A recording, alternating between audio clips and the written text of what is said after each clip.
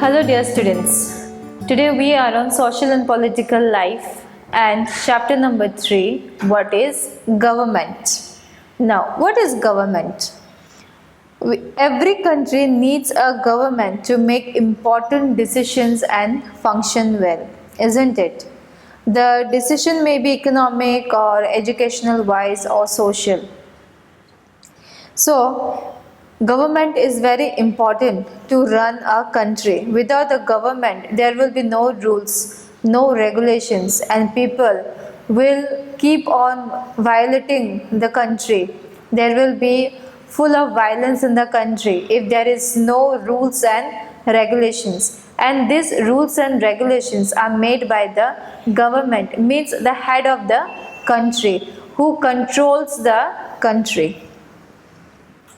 And the government is also like responsible for transport facilities and health facilities also. Like we have public health care as well as we have private health care. Public health care means the hospitals which are run by the government, and private health care means which are run by the doctors who have their private clinics. Then we also have public transport also, and it also takes care of the international boundaries to keep a good relationship with the other countries.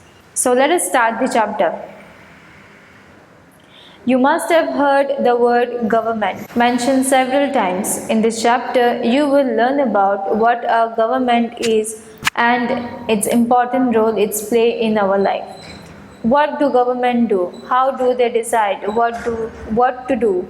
What is the difference between different types of governments such as monarchies and democracies? Read more and find out. So in this chapter we will learn about different types of governments, like what are monarchies government and democratic government. Now look at the newspaper headlines above and list the different kinds of activities that the government is reported to be doing in this newspaper headline. So if you go to the newspaper, you will always find some articles or some writings by the which were some needful activities which are taken by the government, like government sought to protect right of unorganized workers. Then detailed plan to tackle flood soon, says government. So whenever there is natural calamities, so every time the government will say that we are going to help this places where the natural calamities like flood, like earthquake has destroyed the areas. So from here you have to, from this newspaper headline, you have to find out at least four headlines which listed the different kinds of activities that the government will be doing. So from here we can write this: government sought to protect rights of unorganized workers. Okay, number 1. Then you can also write government fixes prices of onions, says no shortage in market. You can write this too. Then you can also write over 1500 villages declared scarcity hit by government. No, this won't be. Now next will be Supreme Court can have 5 more judges, said by the government. So this will be number 3. Then again, next we have, you can also write this one: detailed plan to tackle floods soon, says government. So number 4. Now let's move on to the chapter. Every country needs a government to make decisions and get things done. This can be decisions about where to build roads and schools, or how to reduce the price of onions when they get too expensive, or ways to increase the supply of electricity. The government also takes actions on many social issues. For example, it has several programs to help the poor. It does other important things such as running postal and railway service. So the government They also run many public transports, public facilities, and healthcare facilities also, like trains, railway trains, and then also postal services, Indian Post. Okay, these are run by the government. The government also has the job of protecting the boundaries of the country and maintaining peaceful relations with other countries. So the government also takes care of the international boundaries so that the relationship with other countries stays very nicely. It is responsible for ensuring that all its citizens have enough to eat and have good health facilities. When there are natural disasters like the tsunami or an earthquake, it is the government that mainly organizes aid and assistance for the affected people. If there is a dispute or if someone has committed a crime, you find people in a court. Courts are also part of the government. Then the government, we know that it makes laws and every citizen is supposed to follow them. Then the laws are not only meant for the public, it is also meant for the government also. They also have to follow the rules and regulations, the laws. Laws need to be enforced for proper functions of the government.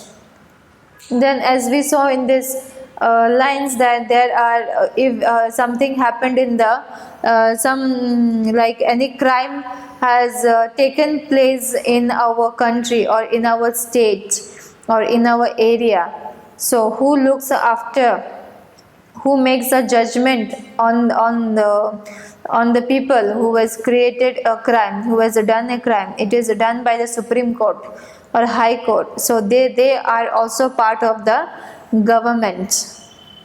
Okay.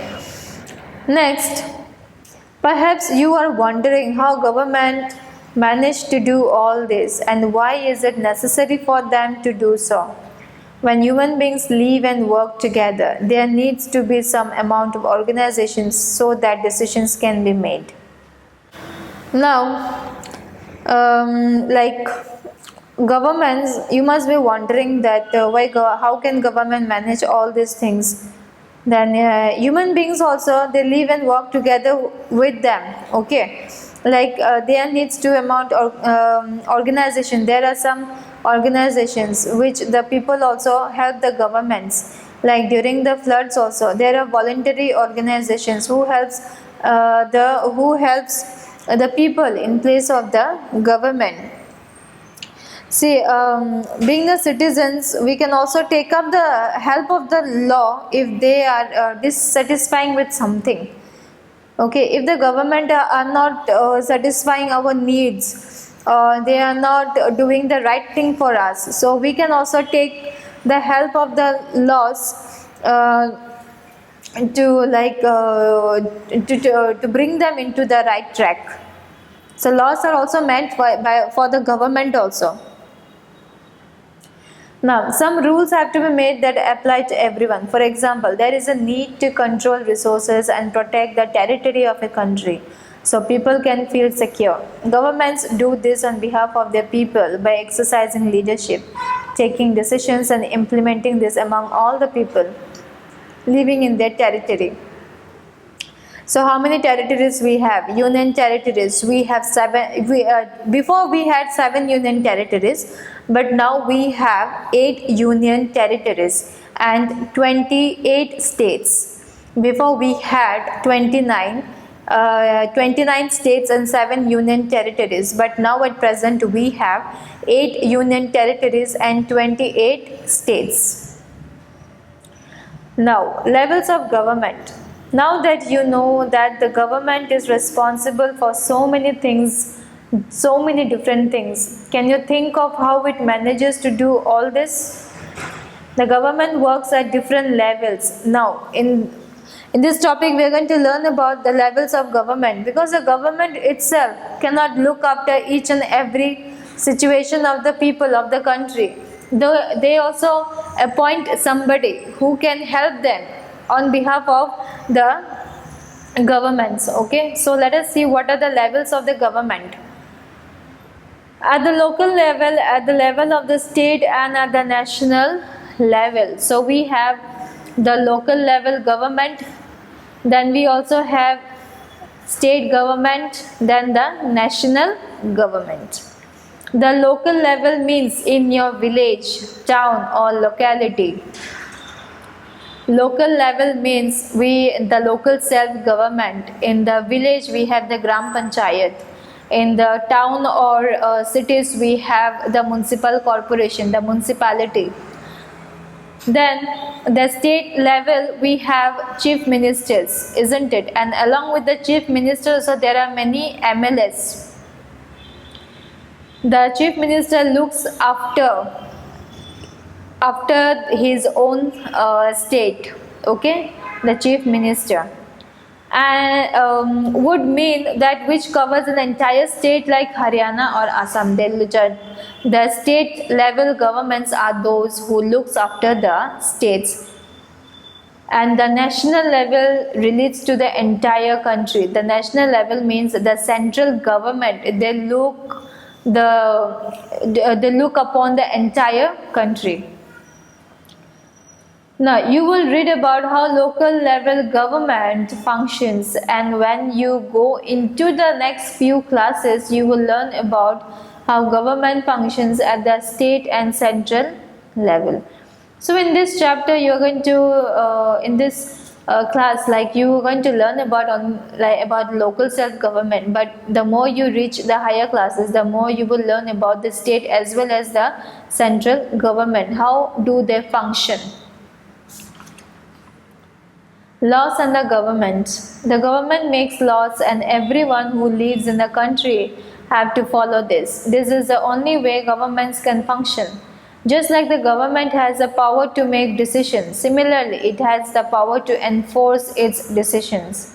For example, there is a law that says that all persons driving a motor vehicle must have a license. Any person caught driving a vehicle without a license can either be jailed or fined a large sum of money. Without these laws, the government's power to make decision is not of much use. So there are many laws which are meant for the general public, and if the public does not obey the laws of the government, so if we don't follow the rules and laws of the government, then we will be in problem.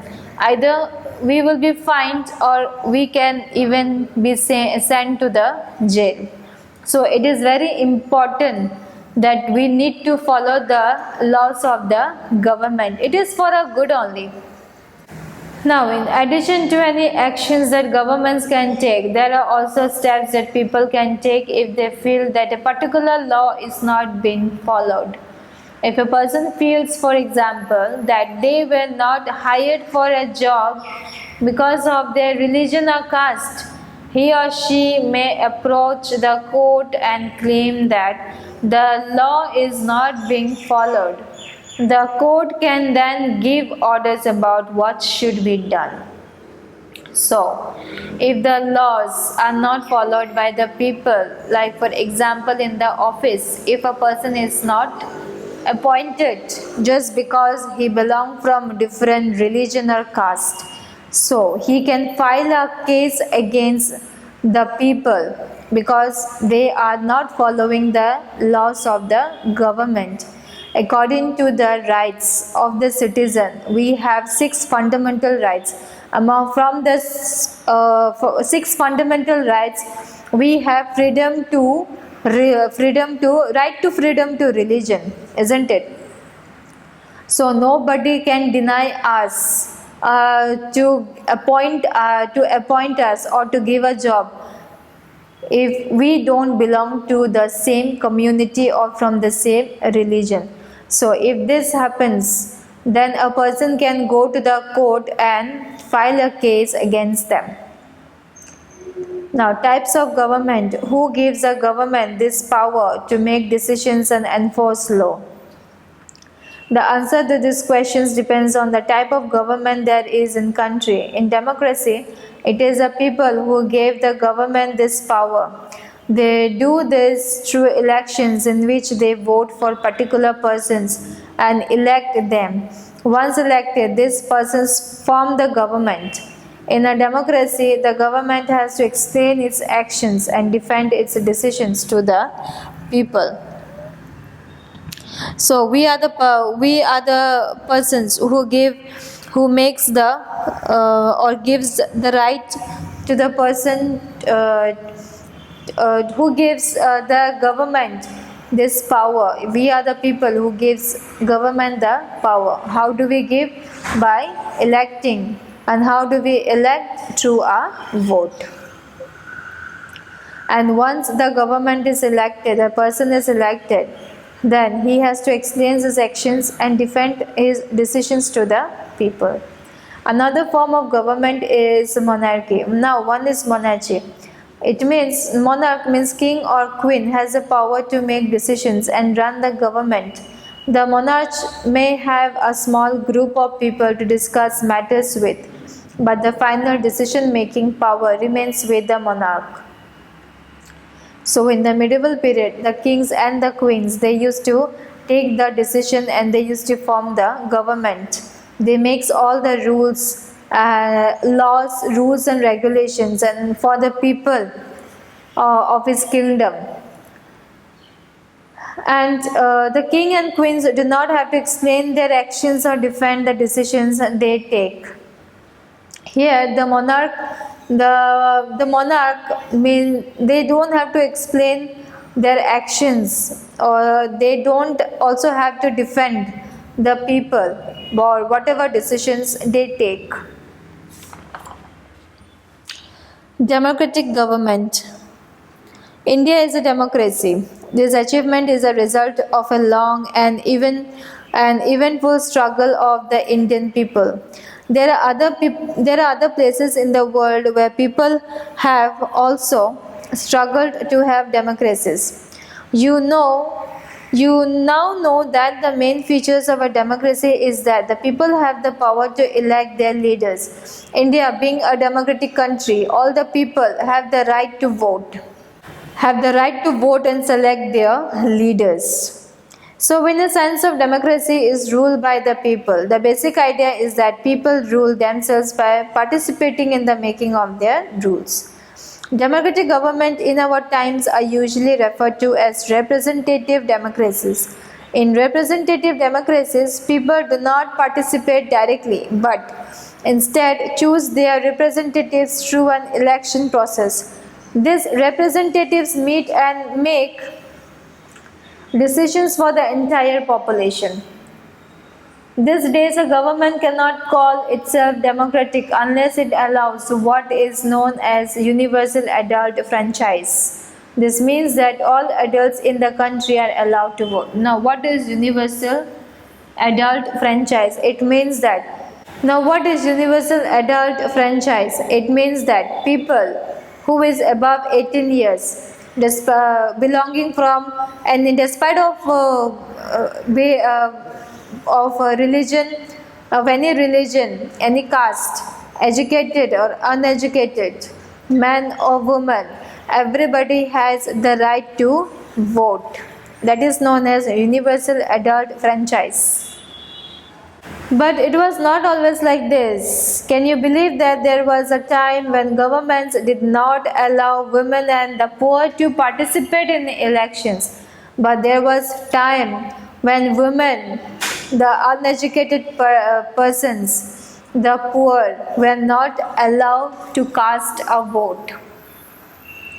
In their earliest forms, governments allowed only men who owned property and were educated to vote.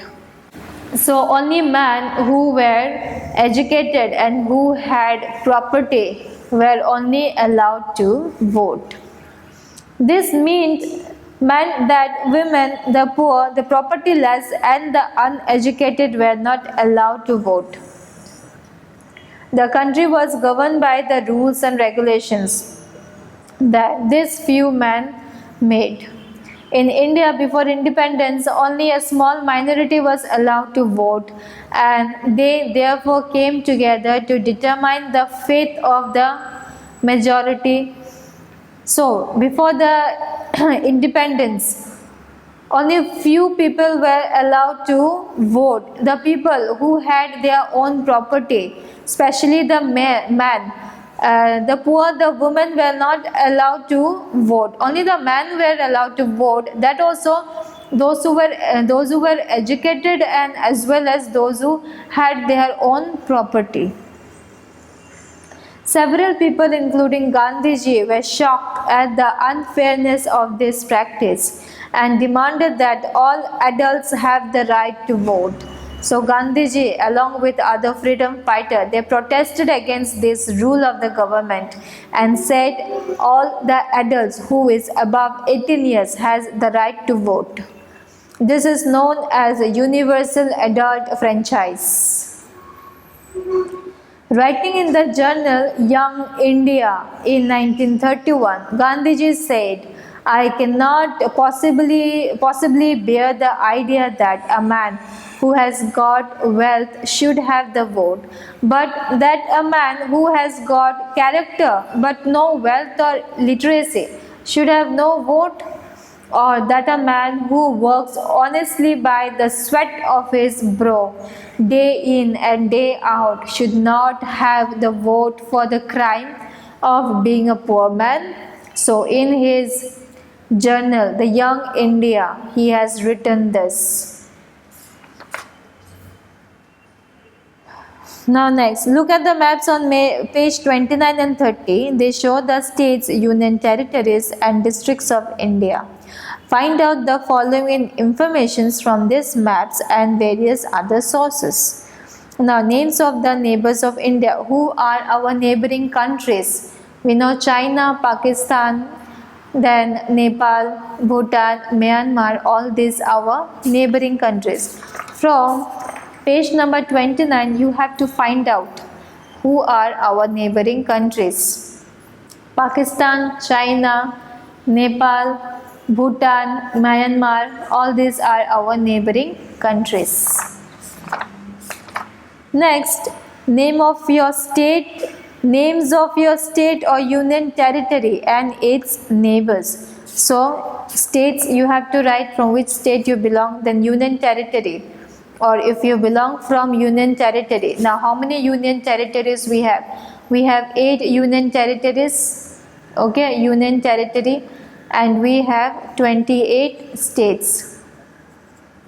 So if you belong from states or union territories, so you have to write the name of your states or your union territories. Now states, you know that Maharashtra, Gujarat, Rajasthan, Punjab, Haryana, not Jammu and Kashmir, but then Assam, Andhra Pradesh, Tamil Nadu, Karnataka, Kerala, all these are states. Now, union territories. Which are the union territories? They are here: Andaman and Nicobar Island, then Puducherry, then we have Lakshadweep Island, Daman and Diu, and Nagar Haveli.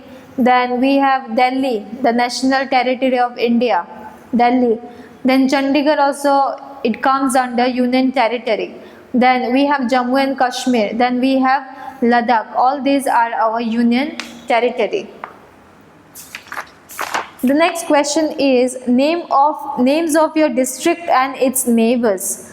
So from which district you belong, and what is a neighboring district? What is the name of your neighboring district? You have to write. Then routes from your district to the national capital. Now national capital of India is Delhi. So for example, if you are staying in Maharashtra, okay, states of Maharashtra, and in Maharashtra we have different districts. So from, for example, Thane, I'll take the name of Thane. Thane is a district in Maharashtra, okay. So from Maharashtra, if you start traveling, or from Thane, if you start traveling to the national capital, to Delhi, so how much time it will take, you have to write. Routes means from which transport you will take. Train, because train is run by the governments, okay, so you will take You can take railway trains and travel to the national capital from your district. So this is the end of the chapter. Next time we will meet with a new chapter. Till then, take care, and everybody, thank you so much.